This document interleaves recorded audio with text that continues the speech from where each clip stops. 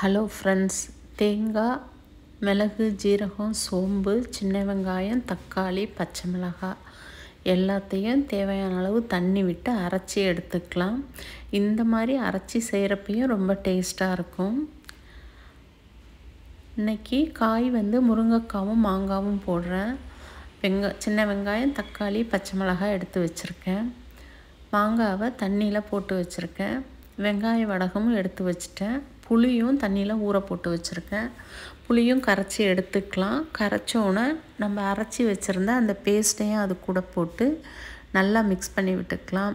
இதுக்கு குழம்புத்தூளும் மஞ்சத்தூளும் உப்பும் போட்டு இன்றைக்கி மிக்ஸ் பண்ணி விட்டுக்கலாம்.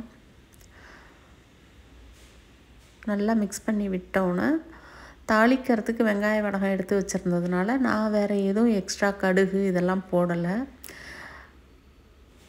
மீதி இருந்த வவ்வால் மீன்னு சொல்லுவோம், நேற்று வறுத்துட்டு இன்றைக்கி குழம்பு வைக்கிறதுக்காக அந்த தலையும் வாலும் போட்டு வச்சுருந்தேன். அதை கழுவி க்ளீன் பண்ணி எடுத்து வச்சுருக்கேன்.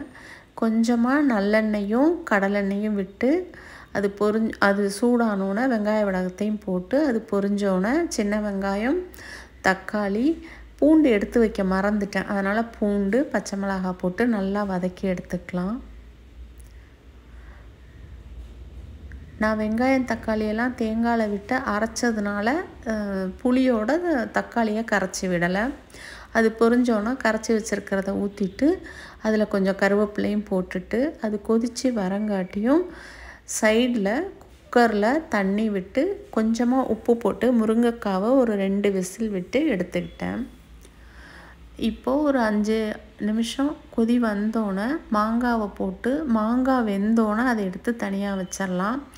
மாங்காய் வெந்தோடனே மேலே வந்துடும். அதுக்கப்புறம் நம்ம அதை தனியாக எடுத்து வச்சுட்டு அதுக்கிடையில் வெந்து வந்துருச்சு முருங்கைக்காய். இப்போ அந்த தண்ணியோடைய அந்த முருங்கைக்காவை அதில் விட்டுறலாம். முருங்கைக்காய் வாசனையோடு நல்லாயிருக்கும்.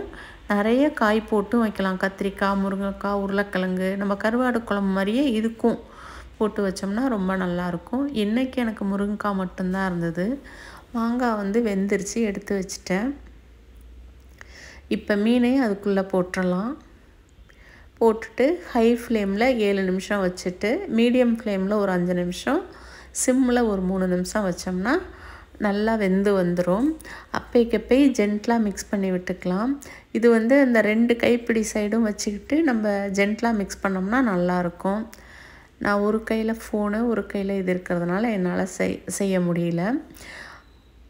ரெடி ஆயிடுச்சு குழம்பு. அன்னைக்கு லஞ்ச் பிளேட் எங்களுக்கு இதுதான் வத்தலோட.